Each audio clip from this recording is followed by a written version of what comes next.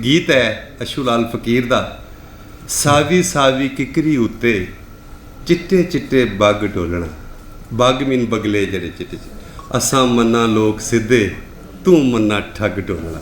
ये गीत सुनने आ ज़ुहेब आलम कोलों। सावी सावी किकरी उत्ते चिट्टे चिट्टे बग ढोलना, असां मन्ना लोक सिद्धे तू मन्ना ठग ढोलना। सावी सावी किकरी उत्ते मीं पिया पल्लियां उत्ते, फुल्लां उत्ते कलियां उत्ते। मीं पिया पल्लियां उत्ते, फुल्लां उत्ते कलियां उत्ते। निम्मी निम्मी अंदरों वाला दुख पईए अग ढोलना। नोहा नहीं मैं सुना रहा, दाद दे सकते हो तुसीं।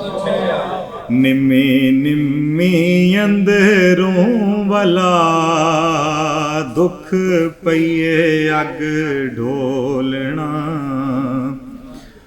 अखियां दी सूमाही वे रुस प्यो तू माही वे।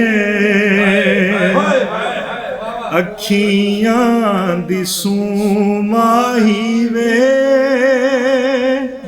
रुस प्यो तू माही वे। असां तां फकीरां कनूं रुस पिया जग ढोलना।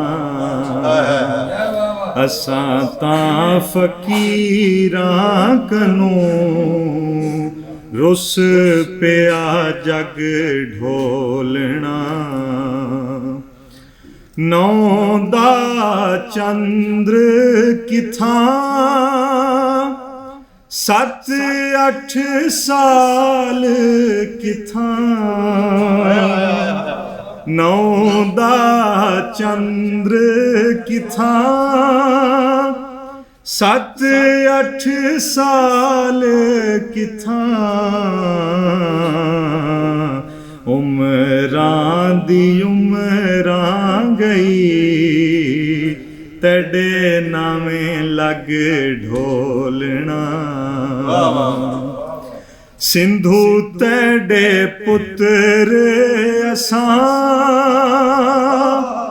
सिंधु तड़े बाल असां। सिंधु तड़े पुत्र असां, सिंधु तड़े बाल असां। तड़े नावें लाज सभो, तड़े नावें पग ढोलना। तड़े नावें लाज सभो, तड़े नावें पग ढोलना। सावी सावी किकरी उत्ते चिट्टे चिट्टे बग ढोलना।